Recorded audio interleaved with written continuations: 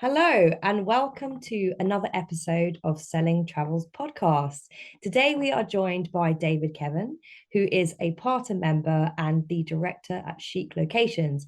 And we're going to be talking about a poll that Parter ran recently, which is all about winter sun predictions. Hello, David. Good morning, Charlotte. Nice to see you. Nice to see you too. So let's just go straight into it. Can you give me a bit of context around this poll that you ran, why you conducted it, why now, who with, etc.? Yes, indeed. Um, Within the Parter UK and Ireland board and an executive committee, there are various airlines, regional tourist boards, DMCs, travel agents, and tour operators. And we all bring different expertise to the table when we meet, which is usually every quarter. Now, we all had the feeling that the business was actually recovering very well, but we wanted something that we could latch onto that was more than just gut feeling. So the survey went out to travel agents who have attended various Parter meetings and with whom Parter has association. And it's based on their feedback. And it is relative to winter sun. I think had we done spring and summer, it still would have shown a very positive result, but maybe other destinations would have come more into it as well. And just on that, somewhere like Japan apparently is now doing extremely well, but it's mainly for people arriving in the spring and summer as opposed to a winter destination. Okay, and so we're dying to know what are the top five winter sun destinations in Pacific Asia? And can you give us a few stats around that? So, what percentage of the vote each received?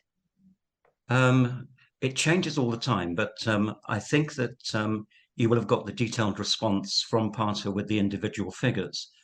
Now, some of those I think need to be looked at with a double take. So someone like Singapore has been extremely popular, but Singapore is essentially a gateway onto other areas. So you could have Australia doing well and Singapore doing well, and it's probably the same client because they would stop over in Singapore on the way through to Australia. Equally, Vietnam is shown in the figures, and it could well be the same client that's doing Singapore and Vietnam, because Singapore, the average length of stay tends to be 3 or 4 nights as opposed to anything else, and it's usually the gateway or the entry point for someone doing a tour to somewhere else. In my view, Singapore is the best destination for someone going to Southeast Asia for the first time because it's so brilliantly well organized and there's nothing that frightens you. Whereas if someone goes to some of the other areas and they've never been to Asia before, there are things that you might find intimidating. There's nothing intimidating with Singapore. It all just works seamlessly. Brilliant. Thank you, David. So, So also, if I just mentioned like somewhere like Australia, Australia, I think if you looked at 10 years ago, Australia was dominated by VFR, visiting friends and relatives. I think now that that's still a vital ingredient, but I think a lot of people are also choosing Australia in its own right rather than just going there because they've got friends. So I think it has changed completely, and certainly in the last 5 or 6 years, if you exclude COVID. brilliant. Thank you. So, in terms of those top five destinations that came out in the report, can you give me a brief overview of what agents should be selling each destination on? So, any USPs Yeah, or things that you would recommend? yeah, certainly. If I look at Thailand, which was I think number one in the report, um, Thailand, of all the destinations in Asia, probably has the most repeat business. And it has repeat business because there's always something new to discover. Um, and it is incredibly good value. The hotel quality is outstanding. It is also a year-round destination. So if you're focusing on winter sun, then the area of Phuket and the Andaman areas are probably more reliable than the Gulf of Siam. So if you look at Phuket, Khao Lak, Krabi, they would probably be better in the period December through to April, whereas Koh Samui would come into its own from, say, March onwards.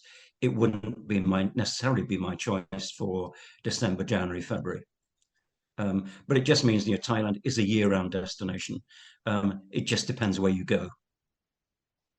And the same would apply to Vietnam. Vietnam, certainly at CHIC, most of our clients who, when they go to Vietnam, would spend 2 weeks going from north to south, and they would take in probably 4 or 5 places in that tour. Now, during the winter, the north is going to be cold and chilly, and you can still do sightseeing. It's comfortable, but it's more atmospheric than actually wearing shorts and t-shirt, because you probably need to wrap up. By the time you get to the south, then that's when you're having shorts and t-shirts. So when you look at Vietnam, it's a long country with 3 different weather patterns. And during the winter season, the north and the middle of the island, actually, it could be chillier than you expect.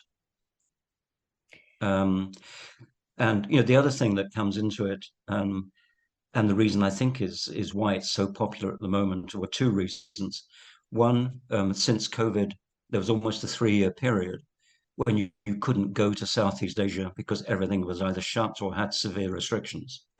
And certainly a lot of people who inquired in 2019 then couldn't travel in 2021, 22. So they shelved the idea of going to Southeast Asia and went to Maldives or Caribbean instead. 2 areas that are totally dependent on tourism, so they hardly had any restrictions.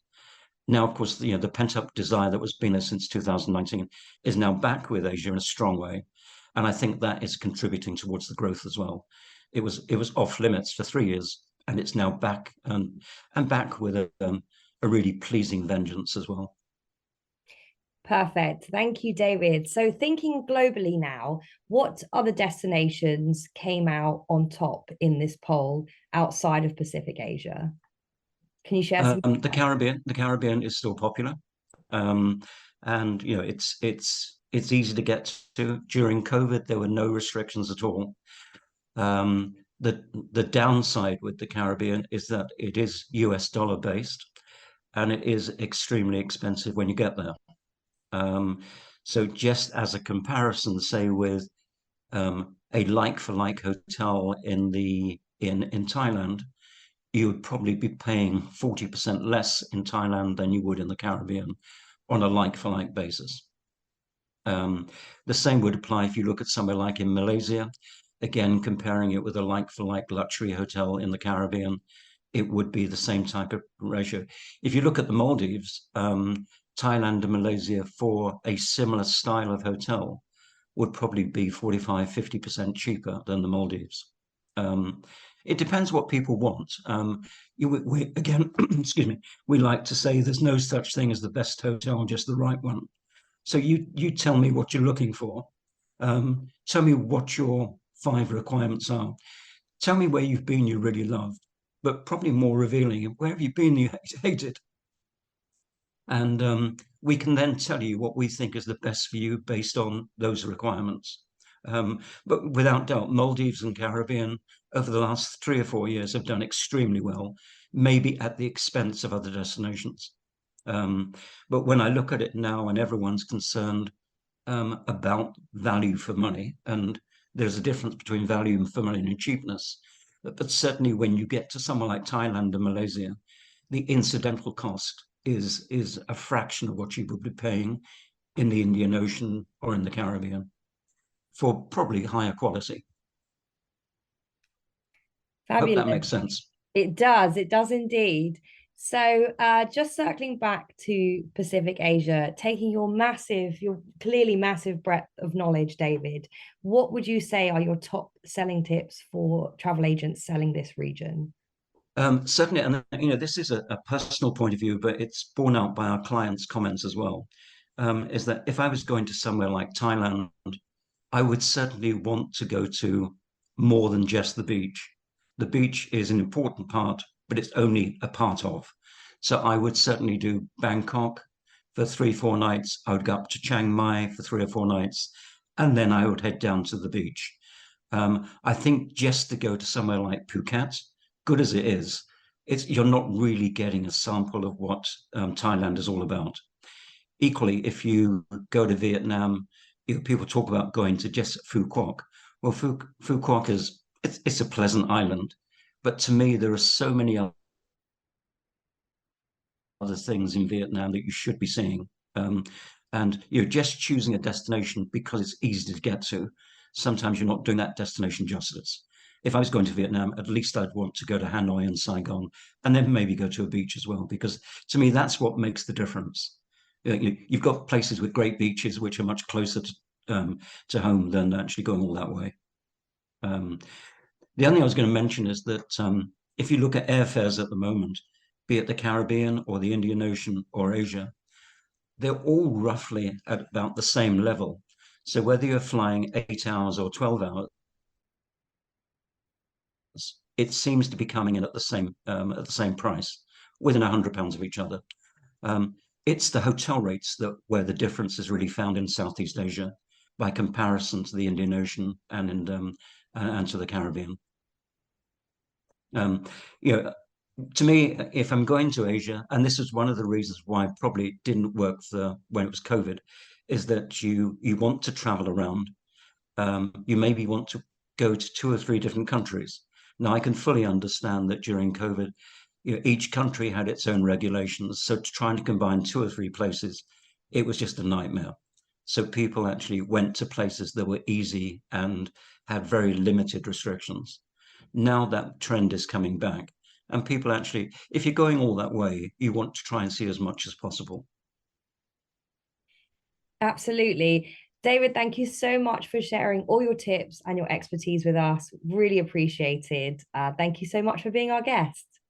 I hope it all made sense. Yeah, so it's a fantastic area. I spend quite a lot of time. I just come back from Thailand. I'm off to Malaysia next week. It's an area of wonderful contrasts, and it's brilliant.